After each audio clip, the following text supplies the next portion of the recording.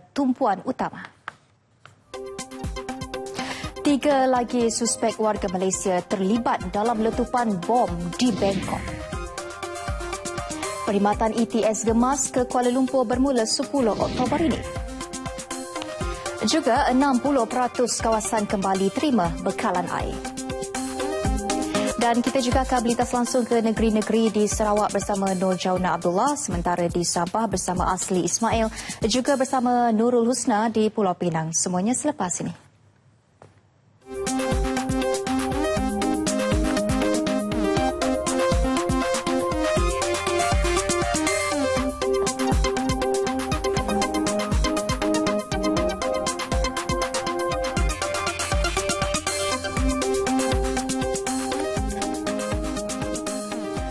Tiga lagi suspek warga Malaysia diburu polis kerana dipercayai terlibat dalam letupan bom di Bangkok bulan lalu. Polis bagaimanapun mahu pihak berkuasa Thailand menyediakan laporan biometrik dan DNA suspek bagi proses pengecaman suspek.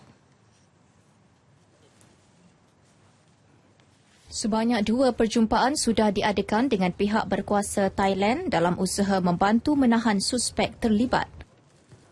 Suspek yang ditahan di Malaysia di mana semua penyiasatan telah dilakukan, namun masih terdapat 3 nama yang telah diberikan kepada kami dan kami sedang melakukan pemburuan terhadap individu berkenaan. Datuk Seri Dr. Ahmad Zahid menjelaskan kepada media selepas mengadakan pertemuan tertutup dengan Menteri Tenaga Kerja dan Transmigrasi Indonesia Hanif Dahiri di Ibu Negara. Sebelum ini 2 suspek warga Malaysia telah ditahan dan siasatan masih diteruskan. Kerjasama penuh akan terus dihulurkan bagi membantu Thailand menahan individu yang terlibat dalam letupan berkenaan. Persidangan mesyuarat Menteri-Menteri ASEAN mengenai jenayah rentas sempadan bersetuju mengguna pakai kepakaran Kuala Lumpur dalam memerangi jenayah rentas sempadan. Ia dipersetujui melalui Majlis menandatangani deklarasi Kuala Lumpur yang disempurnakan oleh pemimpin-pemimpin dari Malaysia, Brunei, Indonesia, Laos, Vietnam dan Kemboja. Sebelum ini 3 negara iaitu Singapura, Filipina dan Thailand telah menandatangani perjanjian tersebut. Timbalan Perdana Menteri Datuk Seri Dr. Zahid Hamidi mewakili pemimpin-pemimpin ASEAN kemudian menyerahkan deklarasi ini kepada Timbalan Setiausaha Agung ASEAN Hirubalan Velupila Pondudura. Kandungannya merupakan keputusan yang dicapai bersama menerusi mesyuarat Menteri-Menteri ASEAN mengenai jenayah rentas sempadan yang berlangsung sejak Isnin lalu. Deklarasi Kuala Lumpur dalam memerangi jenayah rentas sempadan membuka dimensi baru dalam kerjasama membantras jenayah di kalangan negara ASEAN. Minat kerjasama yang ditonjolkan oleh China, Korea Selatan dan Jepun dalam deklarasi tersebut mampu mewujudkan keamanan seranta. Kita ikuti laporan bersama wartawan Mohan Chinasami. Silakan Mohan. Terima kasih rakan penyampai di Angkasa Putih ini masuk hari yang keempat berlangsungnya persidangan mesyuarat Menteri-Menteri ASEAN mengenai jenayah rentas sempadan AMMTC yang keempat dan mesyuarat khas Menteri-Menteri ASEAN mengenai kebangkitan radikalisasi dan keganasan melampau SAMM-RRAV. Dan pada hari ini persidangan dimulakan dengan mesyuarat AMMTC dengan konsultasi Jepun dan satu sidang media telah pun diadakan oleh kerajaan Jepun iaitu Eriko Yamatani iaitu Pengerusi Suruhanjaya Keselamatan Awam Jepun.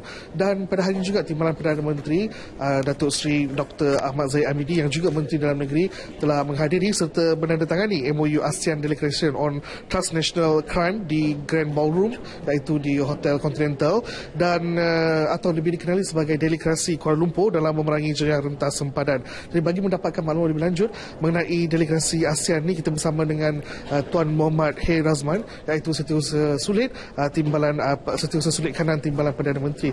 Terima kasih Tuan kerana sudi bersama kami pada ini. Jadi Tuan mungkin boleh jelaskan tentang deklarasi ASEAN yang telah ditandatangani oleh Timbalan Perdana Menteri sebentar tadi. Deklarasi ASEAN ini sebenarnya ialah untuk menunjukkan komitmen berterusan ASEAN dalam menangani aspek jenayah rentas sempadan.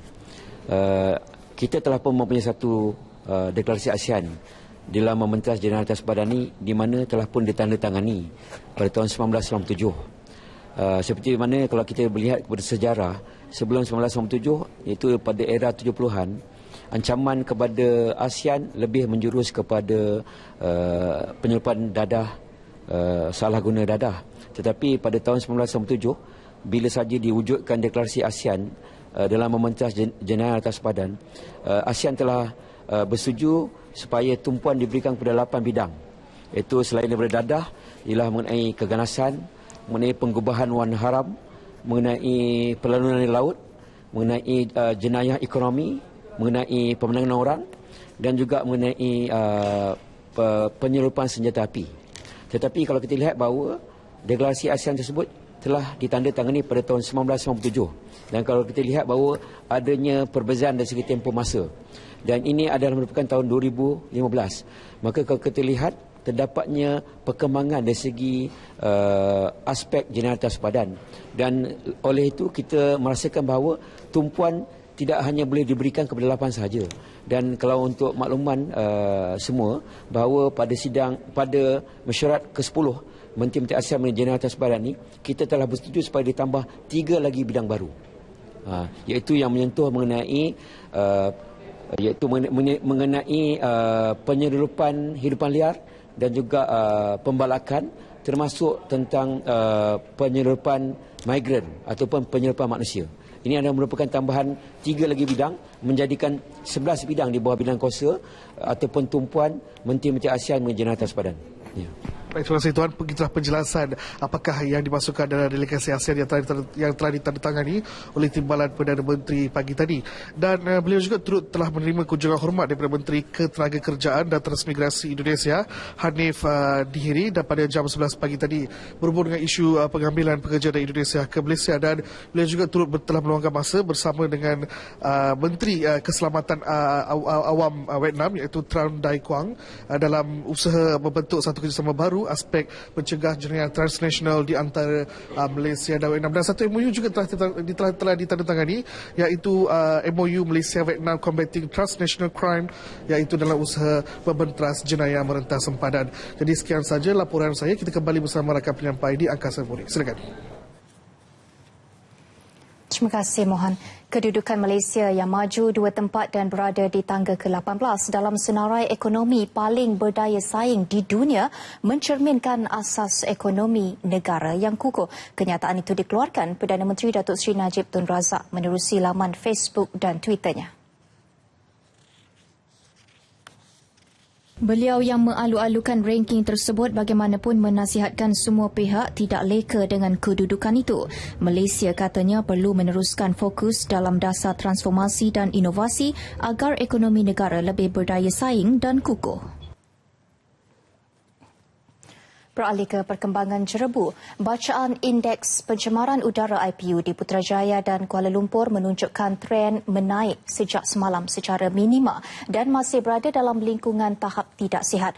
Walaupun bacaannya tidak begitu tinggi, antara 100 hingga 115, jarak penglihatan atau ketampakan semasa masih terhad.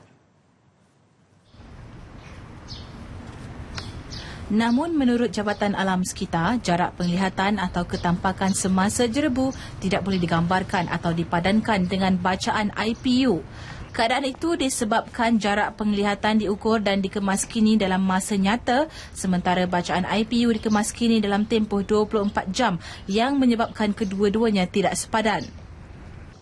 Saya telah membuat tinjauan ke beberapa kawasan di Putrajaya dan juga di Kuala Lumpur dan mendapati bahawa jarak penglihatan begitu terhad di kawasan-kawasan ini, dan seperti yang anda dilihat di belakang saya, pemandangan nampaknya begitu terhad, dan juga walaupun hari ini sesi pembelajaran dan juga sesi pejabat dilangsungkan seperti biasa, namun anda dinasihati supaya mengurangkan aktiviti-aktiviti luar sehinggalah keadaan jerebu benar-benar reda.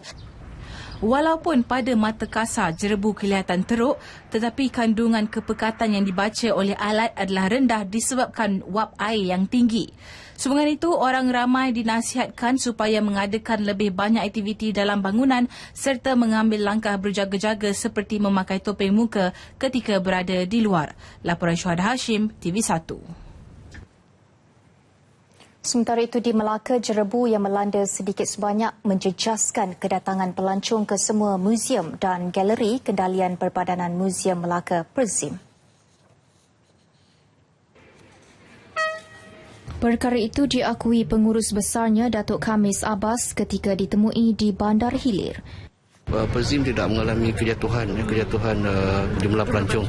Tapi berdasarkan pengamatan sebagai orang kampung sini, saya dapati bahawa memang berlaku kekurangan yang agak bukan serius, tapi memang ada kekurangan akibat jerebu inilah yang berlaku, dan kita mengharapkan bahawa jerebu ini akan berakhir. Sementara itu, tinjauan kru RTM di lokasi tumpuan pelancong mendapati aktiviti pelancongan berjalan seperti biasa. Walaupun keadaan cuaca berjerebu, kami pilih tempat ni untuk bawa anak murid saya ni mengenal sejarah yang ada dekat Bandaraya Melaka ni.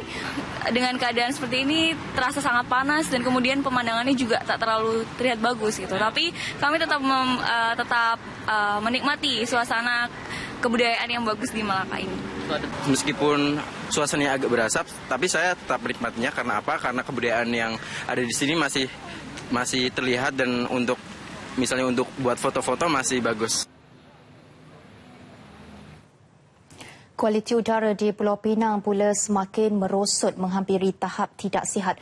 Bacaan IPU pada sebelah pagi mencatatkan peningkatan bagi setiap jam. Menurut laman sesawang Jabatan Alam Sekitar, bacaan IPU pada jam 11 pagi bagi Perai, Suruhanjaya 2 dan Universiti Sains Malaysia di antara 82 hingga 97. Sehingga jam 3 petang, bahagian tanah besar di negeri itu paling terjejas apabila stesen pencerapan IPU di Suruhanjaya 2 mencatatkan bacaan 98.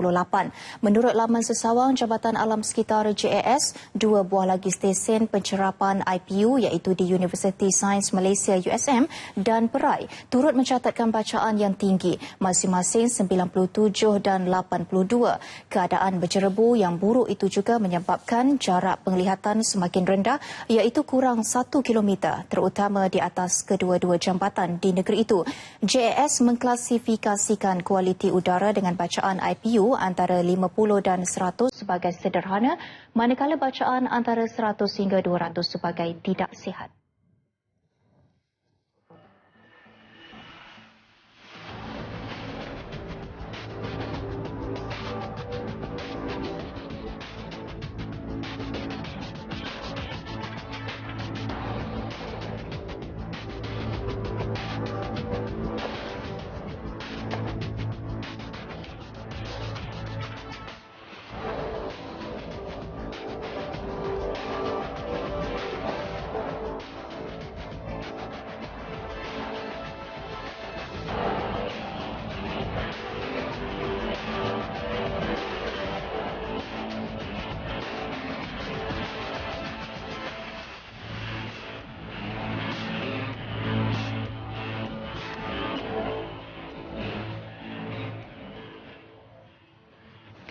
RM450 juta diperuntuk bagi pembinaan 234 menara telekomunikasi di Sarawak.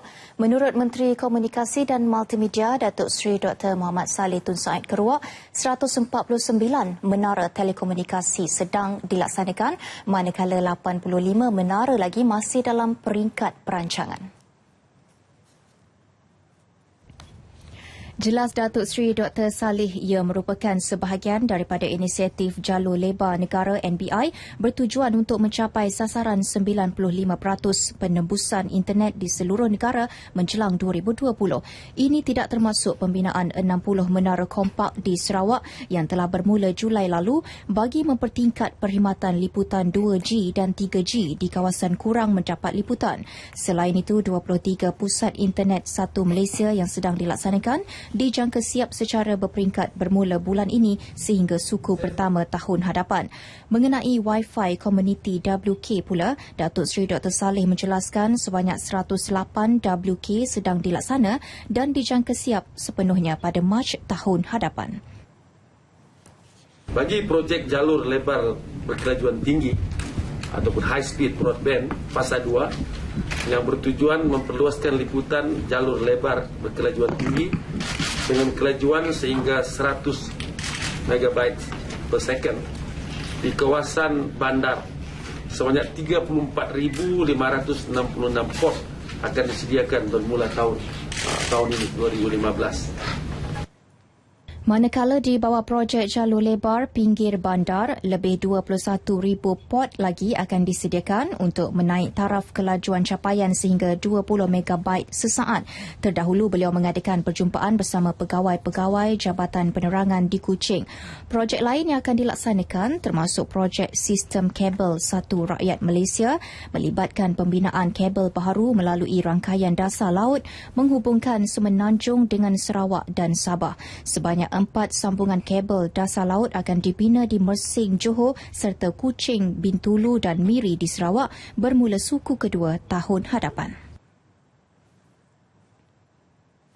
Dalam perkembangan berkaitan, Datuk Seri Dr. Mohamed Saleh menepis kecaman pemimpin DAP Lim Kit Siang berhubung kenyataan beliau 71% rakyat Malaysia memilih pakej internet yang murah dengan kelajuan rendah. Sebaliknya, beliau menegaskan fakta tersebut hasil kajian oleh Suruhanjaya Komunikasi dan Multimedia SKMM. Tegas Datuk Seri Dr. Mohamed Saleh, beliau sedia menerima kritikan membina dan mengalu-alukan cadangan untuk menambah baik perkhidmatan internet dan jalur lebar di dalam negara. I'm telling the facts, and the facts are from MCMC. I don't create the facts. This is the facts, 71% prefer that. So I'm just stating it. It's not something I make it up, you know. Kerajaan mensasarkan rakyat mampu menikmati kelajuan internet sehingga 50 MB sesaat di kawasan bandar dan 50 Mbps di luar bandar. Perkhidmatan kereta api elektrik ETS dari Gemas ke Kuala Lumpur dengan kelajuan mencecah 140 hingga 150 km sejam akan bermula pada 10 Oktober ini. Menteri Besar Negeri Sembilan Datuk Seri Muhammad Hassan menjelaskan perkhidmatan tersebut akan dapat membantu mengurangkan kos sara hidup penduduk di Negeri Sembilan khususnya yang bekerja di bandar seperti Kuala Lumpur. Ini adalah hasrat kerajaan negeri dan juga kerajaan persekutuan untuk kita melihat supaya kos sara hidup ini dapat dikurangkan. Kos sara hidup ini dapat dikurangkan dan ia tidak menggalakkan inflasi. Kalau kita naikkan gaji, sentiasa naikkan upah terus naik, gaji terus naik, dia akan membawa inflasi bersama. Harga barang akan terus naik. Tetapi jika kita tumpukan kepada usaha mengurangkan kos sara hidup, dia tidak akan dapat ataupun inflasi tidak akan datang bersama. Bahkan inflasi juga akan turun. Kerana bila permintaan kurang, dia akan turun. Jelasnya buat masa ini perkhidmatan ETS dari Gemas akan bermula pada pukul 2 petang. Namun rundingan sedang berjalan di antara pihaknya dengan Kereta Api Tanah Melayu Berhad bagi merangka jadual waktu perjalanan kereta api ETS ini supaya ia dapat mempermudahkan lagi pengguna khususnya pengguna harian yang berulang-alik ke Kuala Lumpur untuk bekerja. Tambahnya lagi bermula 10 Oktober ini perkhidmatan komuter juga akan diteruskan sehingga ke Gemas untuk membawa penumpang seperti pekerja, pelajar sekolah ke Kuala Lumpur atau Seremban bermula dari pukul 5 pagi. Beliau menambah rundingan bersama-sama dengan Suruhanjaya Pengangkutan Awam Darat bagi menyediakan sistem perkhidmatan bas yang dapat membawa pengguna dari stesen ke tempat kerja atau sebaliknya juga sedang berjalan. Beliau berkata demikian selepas majlis penyerahan hak milik rumah awam harga rendah Sungai Rotan dan Larung serta pengundian lot bagi rumah mesra rakyat Simpang Durian di Dewan Disuri, Jelebu. Syarikat Bekalan Air Selangor Berhad Syabas berjaya menangani hampir 60% krisis air yang melanda 3 kawasan utama iaitu Selangor, Kuala Lumpur dan Putrajaya. Menurut Ketua Pegawai Eksekutifnya Datuk Ruslan Hassan, baki selebihnya dijangka selesai dalam masa 7 hari. So now is a recovery process. The recovery process will take several days. Recovery have reached about 60%. 60%. Of the areas that we have highlighted and identified earlier in our press release, so 60% have got their water. Dalam perkembangan lain, Syahbaz telah memperkenalkan satu sistem baru bagi memudahkan para pengguna di seluruh negeri Selangor, wilayah Persekutuan Kuala Lumpur dan Putrajaya, iaitu saluran pembayaran secara online yang dipanggil JomPay. Pengguna boleh membuat bayaran bil air secara online di bank melalui fasiliti ePay di stesen minyak serta kedai Surberneka dan MOL Access Portal Sdn Bhd bagi kemudahan pembayaran di kedai 7-Eleven. Beliau bercakap kepada media selepas majlis menandatangani kemudahan perkhidmatan alternatif pembayaran bil air di antara Syahbaz dengan CIMB Bank Berhad, Malaysian Electronic Clearing Corporation Sdn Bhd, MyClear di Shah Alam. Operasi mencari dan menyelamat seorang nelayan dikuatiri lemas selepas terjatuh ketika memukat ikan di antara perairan Pulau Bunting dan Pulau Songsong di perairan Yan, Kedah pagi semalam diteruskan pagi ini. Operasi bersama Agensi Penguatkuasaan Maritim Malaysia APMM dan Jabatan Bomba dan Penyelamat Yan. Mangsa Muhammad Khairul Azimi Dilah 17 tahun dari Setiu, Terengganu hanya disedari hilang selepas tekong bot gagal mencarinya ketika mahu menarik pukat bersama beberapa nelayan lain. Menurut Komander Operasi Bomba dan Penyelamat Yan, Muhammad Firdaus Bukhari, sebelum kejadian mangsa bersama-sama 19 yang lain pergi memukat ikan menaiki bot bilis yang berpangkalan di Sungai Udang, Kuala Muda. Mangsa seorang lelaki Melayu yang berasal daripada Terengganu berumur dalam lingkungan 17 tahun dan didapati seorang daripada 20 orang nelayan yang menaiki bot bilis dan terjatuh. Dipahamkan kawan-kawan mereka telah dikenal pasti bahawa seorang ni pada jam pukul 8 pagi. Okey. Ada lagi 8 pagi itu dah ada lagi. 8 pagi itu dah tak ada dah. Dah cari dah tak ada dah. Mereka dikatakan keluar dari pangkalan nelayan di Tanjung Dawai, Kuala Muda menuju ke perairan Pulau Bunting dan Songsong di Yan sekitar jam 6.30 pagi. Namun sekitar jam 8 pagi, mangsa dipercayai tergelincir tanpa disedari nelayan lain. Pihak berkuasa yang menerima laporan sekitar jam 10.58 pagi kemudiannya bergegas ke pangkalan nelayan Sungai Udang yang terletak kira-kira 5 batu nautika dari tempat kejadian. Sehingga jam 6.30 petang semalam, mangsa masih belum ditemui dan operasi ditangguhkan kerana cuaca gelap.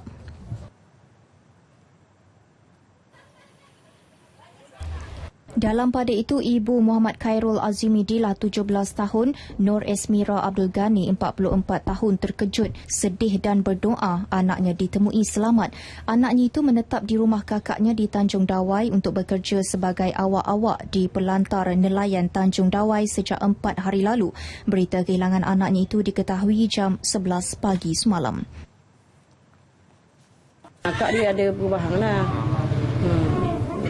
Macam biasa kalau dia balik dia suka banyak gurau apa semua. Kali ni baik tak ada. Duduk atas gibor apa semua. Dia peluk akak semua. Kali ni baik tak ada. Nampak macam dia macam perubahan tu macam tak seronok tengok. Macam tak suka dia. Jadi tahun dia banyak macam tidur lah. Dia tidur. Dia makan pagi-pagi tidur. Lepas tu dia pergi jalan sekejap dia balik pun tidur. Itu je lah. Operasi mencari dan menyelamat mangsa diteruskan jam 8 pagi tadi. Kerajaan tiada hasrat untuk menghentikan operasi pencarian 7 murid orang asli Sekolah Kebangsaan Tohoi, Gua Musang, Kelantan yang hilang sejak 23 Ogos lalu meskipun kehilangan mereka genap hari ke-40 hari ini. Timbalan Menteri Dua Kemajuan Luar Bandar dan Wilayah KKLW, Datuk Ahmad Jazlan Yaakob berkata, operasi pencarian itu akan diteruskan sehingga berjaya kerana ia adalah tanggungjawab dan tanda keprihatinan kerajaan terhadap masyarakat orang asli. Ketua UMNO bahagian sampaikan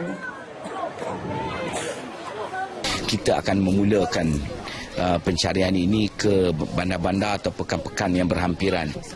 Kita dah besarkan daripada 80 km radius kepada 140 km pencarian. Sebenarnya kita rasa taklah budak-budak ni yang kecil-kecil ni sampai ke tahap itu, tetapi untuk memberi suatu kepuasan kepada diri kita sendiri bahawasanya kita akan berusaha sedaya upaya kita maka kita memperluaskan kawasan pencarian tersebut. Dan juga bersama-sama dengan ahli-ahli. Beliau ditemui selepas mengadakan lawatan kerja dan ramah mesra warga Sekolah Kebangsaan Lanai dan program pembangunan bersepadu desa terpencil Prostet Kampung Pantus Lipis yang turut disertai Pengarah Jabatan Kemajuan Orang Asli Jakua Pahang Isa Abdul Hamid.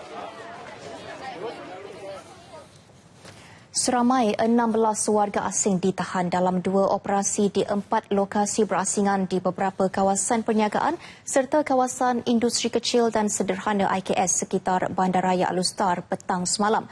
Kesemua lelaki terbabit berusia antara 22 hingga 45 tahun.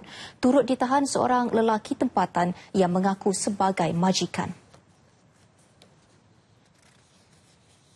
Pengarah Imigresen Kedah Muhammad Yusri Hashim berkata ops belanja di 2 lokasi berjaya menahan 7 lelaki yang merupakan warga Nepal, Sri Lanka dan Bangladesh. Manakala ops mahir juga di 2 lokasi turut menahan 9 warga asing termasuk warga Indonesia dan Myanmar. Siasatan awal mendapati mereka melakukan kesalahan imigresen. Semua yang ditahan dihantar ke lokap imigresen Bangunan Kementerian Dalam Negeri Alustar untuk siasatan sebelum diserah ke Depot Tahanan Imigresen Belantik C. Baik, seperti biasa, Nasional 5 diteruskan dengan laporan langsung negeri-negeri dan untuk laporan pertama kita ke Sarawak bersama Nur Jauna Abdullah. Silakan.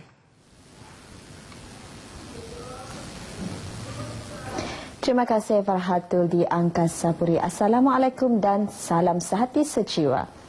Jabatan Pertanian Sarawak yang bakal di struktur semula pentadbirannya akan memberi tumpuan kepada 4 keutamaan untuk mempentingkan prestasi penyampaian dan perkhidmatannya. Menteri Permodenan Pertanian Tan Sri Alfred Cabu Anak Numpang berkata, tumpuan tersebut merangkumi pengeluaran yang cekap, penyelidikan, pemprosesan dan pemasaran. Jelas Tan Sri Jabu, pengeluaran yang cekap dan memfokus kepada pengeluaran produk untuk memastikan pengeluaran produk mempunyai nilai tambah agar dapat menembusi pasaran global.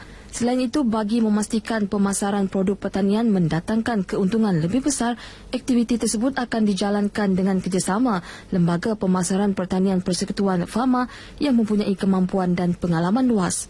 Tan Sri Alfred Jabu berucap merasmikan Mesyuarat Agung Tahunan ke-30 Pertubuhan Peladang Negeri Sarawak PPNS di Kuching. Kajian penstrukturan Jabatan Pertanian yang mempunyai lebih 2,000 kaki tangan itu telah dijalankan selama 3 tahun dan dipersetujui oleh Kabinet Negeri. Penstrukturan itu nanti menyaksikan jabatan tersebut dibahagikan kepada 3 zon, iaitu zon utara yang terletak di Miri, zon tengah di Sibu dan zon selatan di Kuching. Menyentuh mengenai PPNS, beliau memuji usaha jangka panjang pertubuhan tersebut untuk membina kilang minyak kelapa sawit di Beluru Bakung bagi membantu pekebun kecil memasarkan produk mereka. Kilang berkapasiti 20 metrik tan itu yang bakal beroperasi pada 2018 hasil kerjasama PPNS, Didi Plantation, Pertubuhan Peladang Kebangsaan, Nafas, Lembaga Pembangunan dan Lindungan Tanah Pelita dan Skim Pelaburan Khas Peladang Kilang Kelapa Sawit Peluru. Majlis menandatangani memorandum persefahaman untuk pembinaan kilang tersebut dimeterai pada mesyuarat itu. Dahim Nadut, 58 tahun, diumum sebagai residen bahagian Serian, iaitu pelantikan yang pertama selaras dengan penaik tarafan daerah Serian kepada bahagian ke-12 di Sarawak. Ia dimaklumkan oleh Setiausaha Kerajaan Negeri Sarawak Tan Sri Dato' Amar Muhammad Moshidi Abdul Ghani pada Majlis Serah Tugas Pentadbiran Baru bahagian Serian di Dewan Masyarakat Serian hari ini.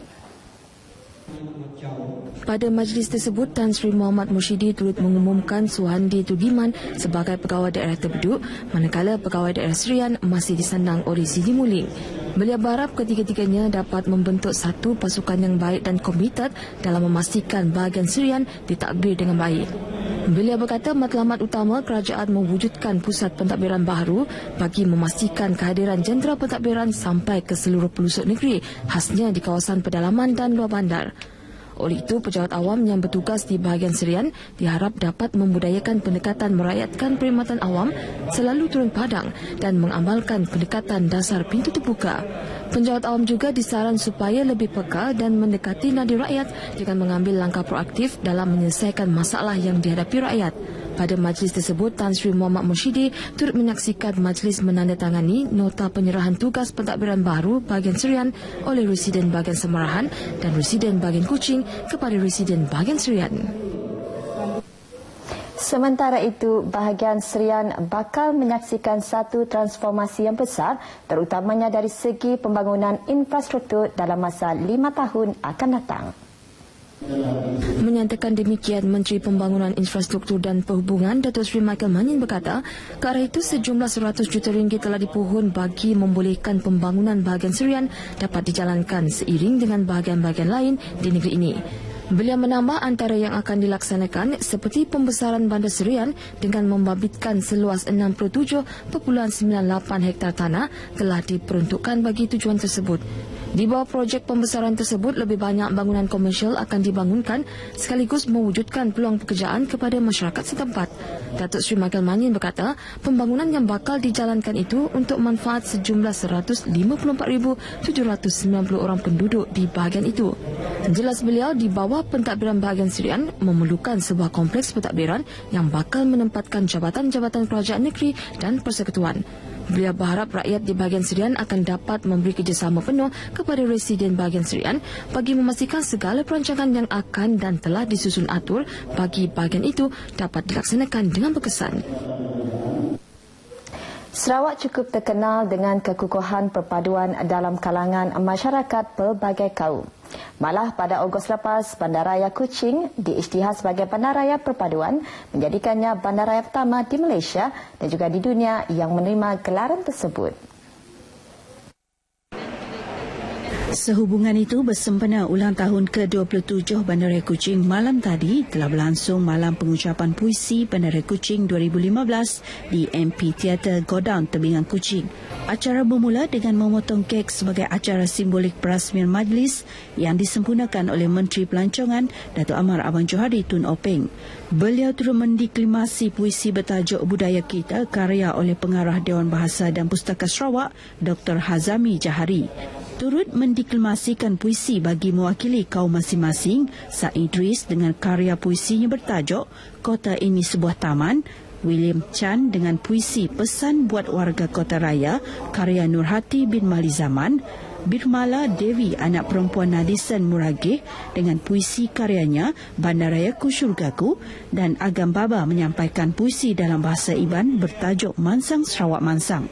Acara turut diserikan dengan persembahan lagu puisi oleh kumpulan anak alam yang menyampaikan 2 buah lagu bertajuk Keroncong Dalam Penantian dan Sati Sejiwa sebagai penutup majlis itu. Bahagian Miri memerlukan lebih banyak agihan peruntukan bagi menaik taraf kemudahan jalan raya di kawasan Riam, terutamanya jalan-jalan kampung. Ini memandangkan peruntukan bagi kemudahan bagi pengguna, terutama dalam kalangan pekebun-pekebun kecil. Menteri Muda Perhubungan Datuk Lee Kim Shin berkata bagi tahun ini kira-kira RM2 juta telah diperuntukkan oleh kerajaan dalam projek penaik tarapan jalan di seluruh kawasan Riam termasuk jalan kampung dan kediaman. Ini memang sudah lama diminta oleh para pekebun di sinilah. Kalau kita bergantung kepada Majlis Bandaraya sahaja memang tidak mencukupi. Memang kebanyakan jalan-jalan ini tidak dapat ditahan kerana peruntukan dari Majlis Bandaraya itu sangat terhad sekali, kerana mereka kebanyakan peruntukannya adalah untuk taman-taman kediaman. Bercakap kepada pemberita semasa meninjau projek naik taraf jalan di Riam Miri, Datuk Lee berkata kebanyakan jalan kampung telah pun dinaik taraf, namun masih terdapat jalan yang tidak dapat diperbaik atau diturap semula. Sehubungan itu, lebih banyak peruntukan tambahan diperlukan pada tahun akan datang dan beliau berharap permohonan itu mendapat pertimbangan daripada kerajaan negeri dan persekutuan menerusi Kementerian Luar Bandar dan Wilayah bagi tujuan berkenaan. Dalam lawatan itu, beliau telah melawat beberapa tapak projek naik taraf jalan termasuk Taman Putih 4 dan Jalan Kampung Lusut. Setakat ini dahulu sumbangan berita dari Sarawak untuk Lintas Langsung Nasional 5 petang ini. Berita seterusnya bersama Asli di Kota Kinabalu. Terima kasih Nur Jauna di Kuching, Sarawak. Assalamualaikum dan salam sehati sejiwa. Aktiviti mengebom ikan di sekitar perairan Kota Kinabalu akan dibenteras. Sehubungan itu, Polis Marine akan memantau dan mengambil tindakan terhadap perahu-perahu di kawasan pantai Tanjung Aru, Sutra Harbour dan kawasan Teluk Berdekatan, Pulau Gaya yang menjalankan aktiviti tersebut. Menurut Ketua Polis Daerah Kota Kinabalu SCPM Chandra, aktiviti itu biasanya dilakukan seawal pukul 5 hingga 6 pagi, iaitu semasa kapal terbang berlepas bagi mengelak letupan didengari penduduk sekitar. Kita terima maklumat daripada orang awam mengatakan bahawa waktu pagi, iaitu antara jam 5 pagi hingga 6 pagi, iaitu waktu kapal terbang berlepas daripada lapangan terbang Kota Kinabalu. Diorang ni berselindung di sebalik bunyi kapal terbang. Masa dia terbang tu, masa bunyi bising, dia akan meletupkan bom ikan. SCPM Chandra ditemui media semasa program Polis Raja Malaysia PDRM bersama pelanggan anjuran Ibu Pejabat Polis Daerah Kota Kinabalu di Kampung Tanjung Aru Baru, Kota Kinabalu. Dalam perkembangan sama, SCPM Chandra mengingatkan penduduk Kampung Tanjung Aru supaya tidak menyewakan rumah kepada pendatang asing tanpa izin parti. Tindakan itu merupakan satu kesalahan di bawah Akta Imigresen kerana melindungi parti. Sebuah kilang tilam di Kolombong hampir musnah dalam kebakaran awal pagi tadi. Kejadian itu turut mengakibatkan pengurus kilang tercedera di kedua belah tangan ketika cuba memadamkan api yang sedang marak.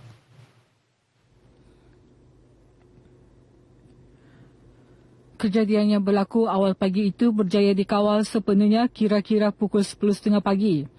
Pihak Jabatan Bomba dan Penyelamat JBPM menerima panggilan kecemasan pada pukul 5.02 pagi dan 12 jentera pelbagai jenis daripada 4 balai bomba iaitu Lintas, Kota Kinabalu, Penampang dan Tuaran dengan kekuatan 73 anggota dikera ke tempat kejadian. Kebakaran tersebut turut merebak ke bangunan sebelah namun berjaya dikawal berikutan kecekapan pasukan bomba bertugas. Ketika ditemui media di lokasi kejadian, Ketua Operasi Khairul Azwan memberitahu langkah fire break diaplikasikan selain usaha pemadaman bagi memastikan api tidak merebak ke sebelah bangunan tersebut. Kebakaran ini melibatkan ada 3 jenis bahan kimia yang kita dapati semasa kebakaran ini. Dan kita dapat mengawal dia lah. Punca kebakaran dan jumlah kerugian masih dalam siasatan. Telekom Malaysia TM merekodkan kerugian kira-kira RM150,000 akibat kecurian kabel sepanjang 7 bulan pertama tahun ini. Kerugian itu melibatkan 37 kes kecurian kabel di seluruh negeri. Bagaimanapun, jumlah kerugian itu menunjukkan penurunan berbanding tahun lepas apabila TM menanggung kerugian hampir RM2 juta dengan 200 kes kecurian kabel. Pengurus Besar TM Sabah, Haji Sukuria Haji Masri bagaimanapun berkata jumlah kerugian itu menunjukkan penurunan berbanding tahun lepas apabila TM menanggung kerugian hampir RM2 juta dengan 200 kes kecurian kabel. Penurunan kes tersebut adalah hasil kerjasama padu antara TM, polis dan anggota masyarakat. Selain itu, menggunapakai beberapa pendekatan seperti pemasangan sistem amaran kecurian kabel iWatch atau alat penggera di kawasan hotspot yang dikenal pasti. Haji Sukuria berkata demikian kepada media dalam majlis penghargaan TM PDRM daerah Tawau dan Ladatu di Tawau. Mengenai kes kecurian kabel di Tawau dan Ladatu, beliau berkata kes di Tawau mengalami penurunan dengan jumlah kerugian RM20,000 bagi tempoh Januari hingga Julai 2015 berbanding RM180,000 dalam tempoh sama tahun 2014. Sementara itu, daerah Ladatu, kes kecurian meningkat dengan kerugian sebanyak RM60,000 pada tahun 2015 dengan tangkapan terakhir dilapor pada Jun 2015. Perkongsian kuasa dalam Barisan Nasional BN wajar dilaksana sebaik mungkin dengan memberi peluang kepada calon-calon parti bertanding dalam kawasan baharu sekiranya terdapat pertambahan kerusi di negeri ini.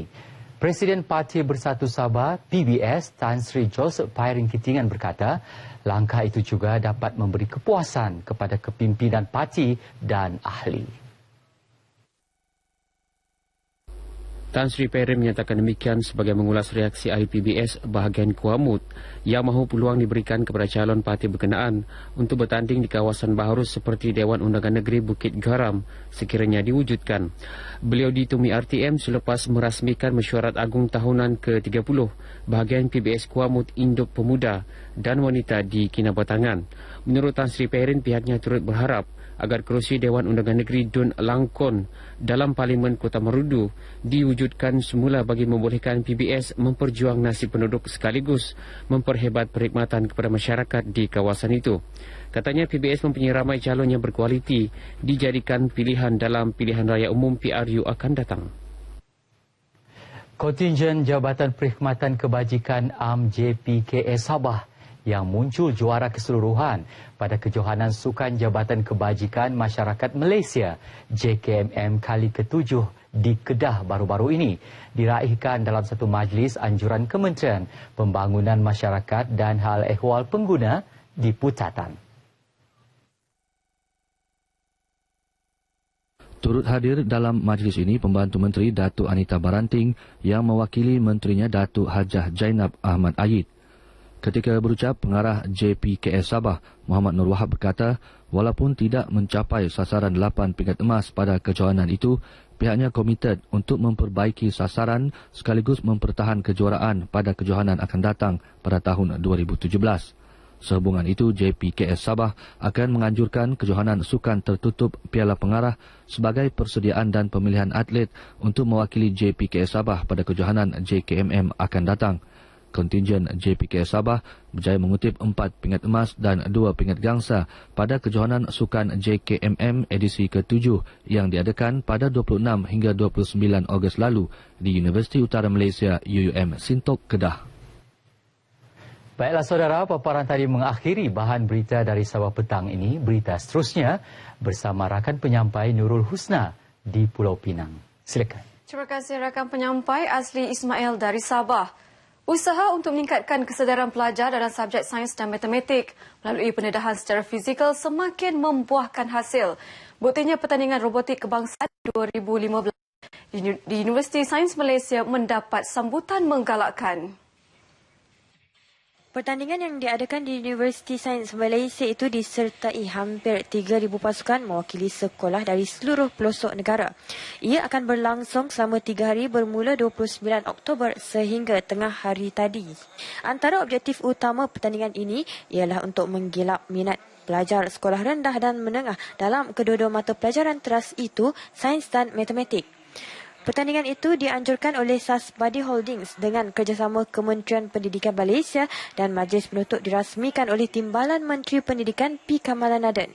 Seramai 528 pelajar menyertai pertandingan itu yang bakal membawa pemenang utama ke pertandingan robotik Olimpiad di Doha, Qatar bulan November ini.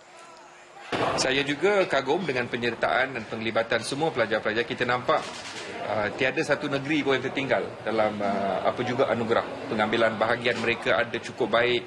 Semua sekolah mengambil bahagian, sekolah menengah dari Sabah, Sarawak, semua negeri-negeri yang mengambil bahagian. Ada juga ada pemenang-pemenang, hampir ada pemenang di semua negeri. Ini menunjukkan bahawa perkembangan ini sama rata dan kita nampak bagaimana ibu bapa, bagaimana guru-guru yang telah membantu pelajar-pelajar ini berjaya dalam bidang-bidang yang mereka mengambil.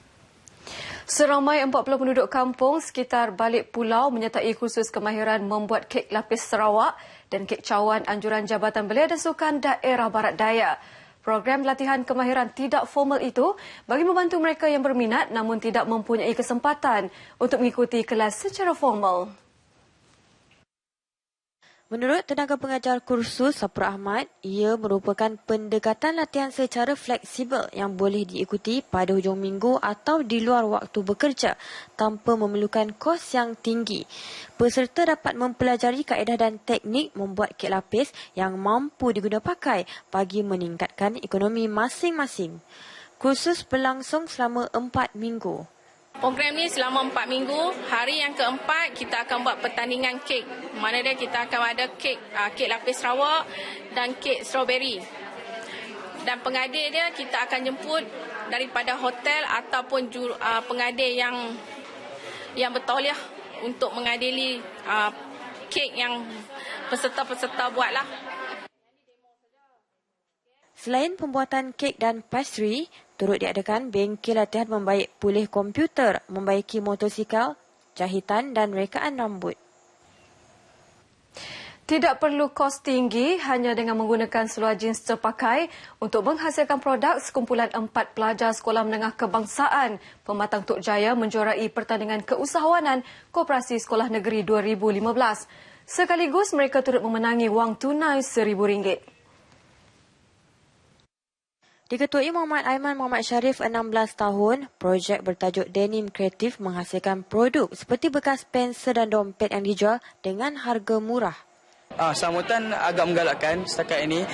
Sambutan tu saya nak katakan kami bolehlah bulan Mei hari tu kami dapat dalam 130 lebih lah pendapatan. Maksudnya untunglah. Untung harga setakat ini lebih kurang 100 lebih lah, tak jatuh lagi lah. Kreativiti ini berjaya menewaskan 5 sekolah lain.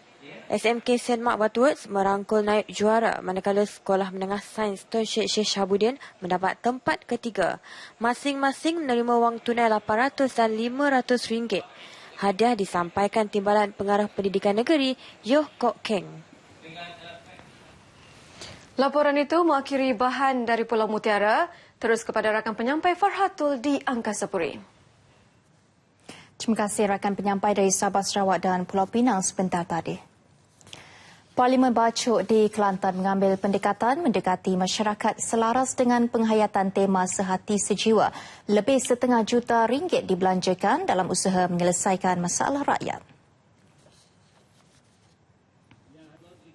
Bantuan yang dihulurkan menerusi bantuan wang ihsan kematian, mangsa ribut, rumah terbakar, pesakit kronik, bantuan bayaran sewa rumah, wang ihsan kepada pelajar melanjutkan pelajaran dan sebagainya.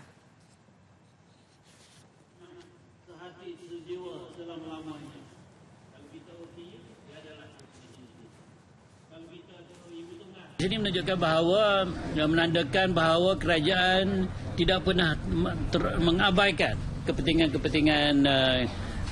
keperluan dan kepentingan rakyat, kerana bantuan-bantuan ini sangat diperlukan. Beliau menyatakan perkara itu kepada RTM ketika ditemui pada program Sehati Sejiwa peringkat Parlimen Bacuk di Kampung Rengas, Badak. Hari ini seramai 102 penduduk kurang berkemampuan menerima sumbangan cek mengikut kategori bantuan masing-masing. Terima kasih tolong sikit-sikit bembel kita itu dah. Batu ni saya nak ucapkan terima kasih kepada pihak KJL kerana bagi batu kepada rakyat. Terima kasih. Datuk Dr. Ilyas turut meluangkan masa melawat 2 pesakit strok iaitu Muhammad Nur Yassin di Kampung Badak dan Mat Sahini Daud di Kampung Wakaf Pohon Tanjung. Lawatan kerja Puteri Mahkota Thailand Maha Chakri Sirindron ke Melaka hari ini bertujuan untuk mengenali secara lebih dekat sejarah tapak warisan dunia itu. Dan berdasarkan pengamatan yang kami ada, beliau banyak bertanya soalan. Soalan-soalan tentang permukaan Melaka, tentang zaman-zaman yang Melaka lalui sejak kita mula dibuka oleh Pemisuara khususnya dan sehingga kita mencapai kemerdekaan pada 1997. Beliau mengagumi bagaimana kita memelihara tapak-tapak sejarah yang ada sejajar dengan pencapaian Melaka sebagai tapak warisan dunia. Jelas Datuk Khamis Abbas, Maha Chakri Sirindron adalah Ketua Jabatan Sejarah di salah sebuah universiti di Thailand. Puteri Mahkota Thailand mengadakan lawatan di bangunan Stadius Bukit St. Paul serta Porta de Santiago di Bandar Hilir. Terdahulu delegasi Puteri Mahkota Thailand tiba di lapangan terbang antarabangsa Melaka Batu Berendam kira-kira 8 pagi tadi bersama 90 delegasi, pelajar dan pensyarah. Ketibaan mereka disambut Setiausaha Kerajaan Negeri Datuk Naim Abu Bakar. Lebih 5,000 premis perniagaan di Johor Bahru dikesan memasang papan iklan tidak mengikut garis panduan ditetapkan oleh Majlis Bandaraya Johor Bahru MBJP. Pengarah Penguatkuasa MBJB Khairul Anwar Issa berkata semua premis terbabit diberi tempoh sehingga 1 Januari nanti untuk melaksanakan pemasangan papan iklan bersaiz 6.1 meter kali 1.2 meter atau lebih kecil dari saiz berkenaan. Sekiranya gagal, pihak MBJB akan menurunkan papan iklan tersebut dan menggantung lesen perniagaan mereka. Tapi biasanya kita akan notiskan lah untuk makluman dia kan. Kita notis untuk turunkan.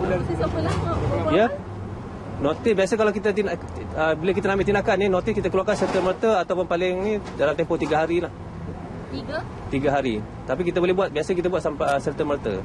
Beliau berkata demikian kepada pemberita selepas operasi menurunkan papan iklan di Jalan Harimau Tarum, Johor Bahru, Johor.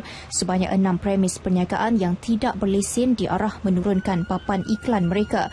Dalam pada itu, bermula 1 Januari 2016, MBJB akan menguatkuasakan penyeragaman pemasangan saiz papan iklan dalam kawasan pentadbirannya.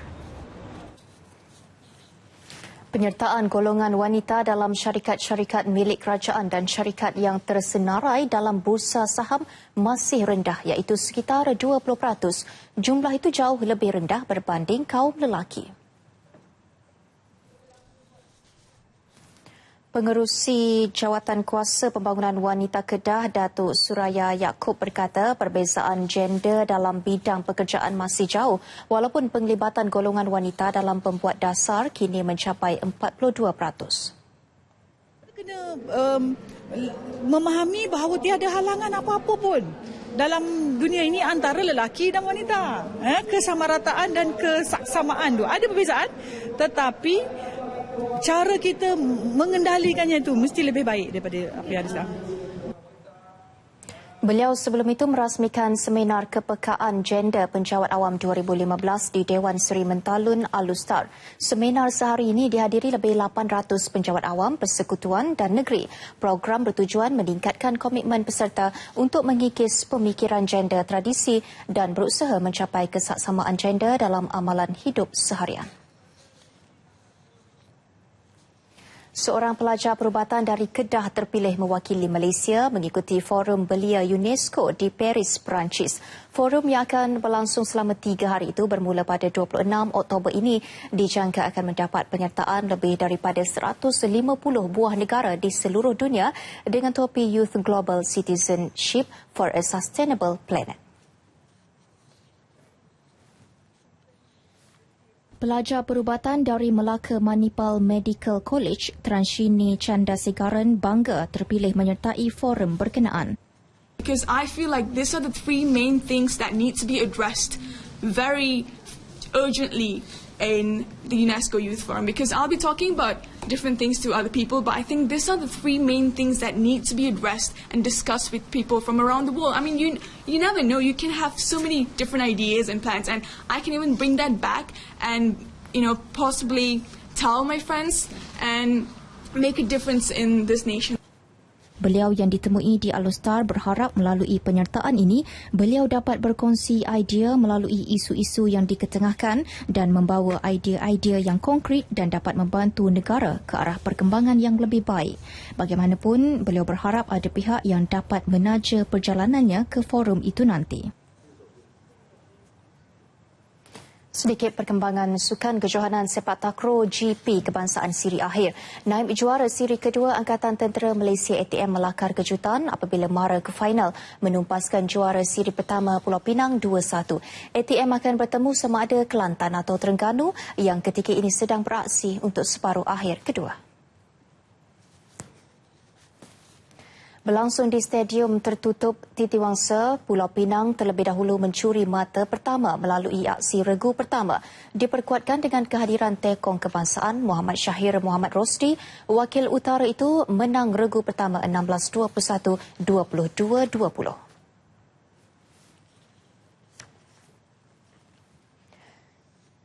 Namun keadaan ini tidak mematahkan semangat anak-anak buah Ismail Mat Saleh.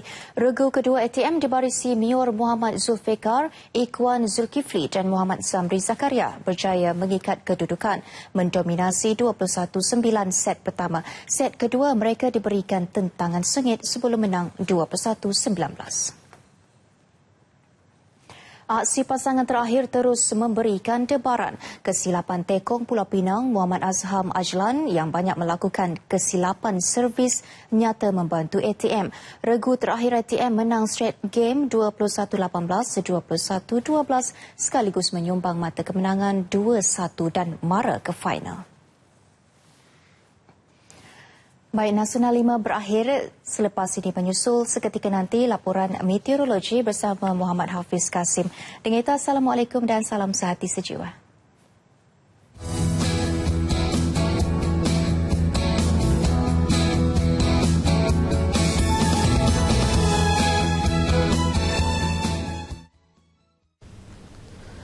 Assalamualaikum warahmatullahi wabarakatuh dan salam sehati sejiwa. Seperti biasa, laporan cuaca untuk tengah hari ini dimulakan terlebih dahulu dengan melihat corak tiupan angin. Angin yang bertiup di rantau negara kita pada ketika ini secara amnya bertiup lemah dari arah tenggara merentasi Kalimantan, Sumatera sebelum bertukar arah di semenanjung Malaysia kepada tiupan dari arah barat daya. Dengan corak tiupan angin sebegini, lazimnya boleh memberikan keadaan cuaca lembap dengan hujan dan juga ribu petir di satu dua tempat di semenanjung Malaysia, begitu juga di barat negeri Sarawak dan juga pantai barat negeri Sabah menjelang petang.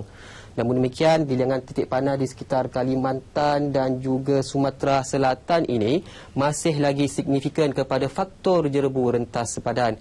Dan untuk itu, keadaan berjerebu masih lagi dijangkakan boleh berlaku di semenanjung Malaysia melibatkan kawasan tengah ke selatan semenanjung, begitu juga di barat negeri Sarawak serta kawasan perairannya. Untuk itu, Met Malaysia masih lagi mengekalkan amaran ketampakan rendah di kawasan perairan yang melibatkan kawasan perairan Selat Melaka Selatan, Tiuman, Muguran, Kuching dan juga Reef South, yang mana amaran ketampakan ini adalah berbahaya kepada kapal-kapal yang tidak mempunyai navigasi pelayaran berikutan jarak ketampakan yang kurang dari 5 km. Kita beralih pula ke paparan imej radar terkini bagi melihat keadaan cuaca semasa dengan lebih terperinci. Pada tengah hari ini, secara amnya hujan berserta ribu petir sudah pun mula berlaku, tertumpu di sekitar kawasan pedalaman negeri Perak, Pahang, begitu juga di satu dua tempat di sekitar wilayah Persekutuan Kuala Lumpur dan juga di negeri Selangor. Sementara lain-lain kawasan di semenanjung Malaysia pada ketika ini tiada hujan.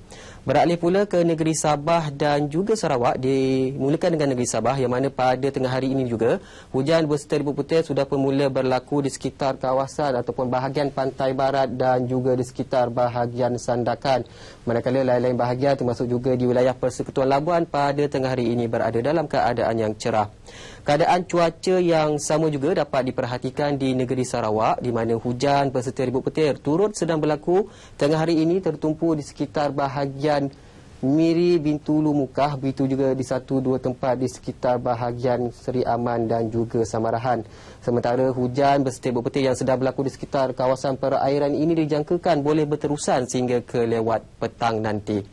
Seterusnya kita ke tinjauan cuaca bagi bandar-bandar utama seluruh negara untuk petang ini. Sekian saja dahulu dari Met Malaysia. Assalamualaikum warahmatullahi wabarakatuh dan salam sehati sejiwa.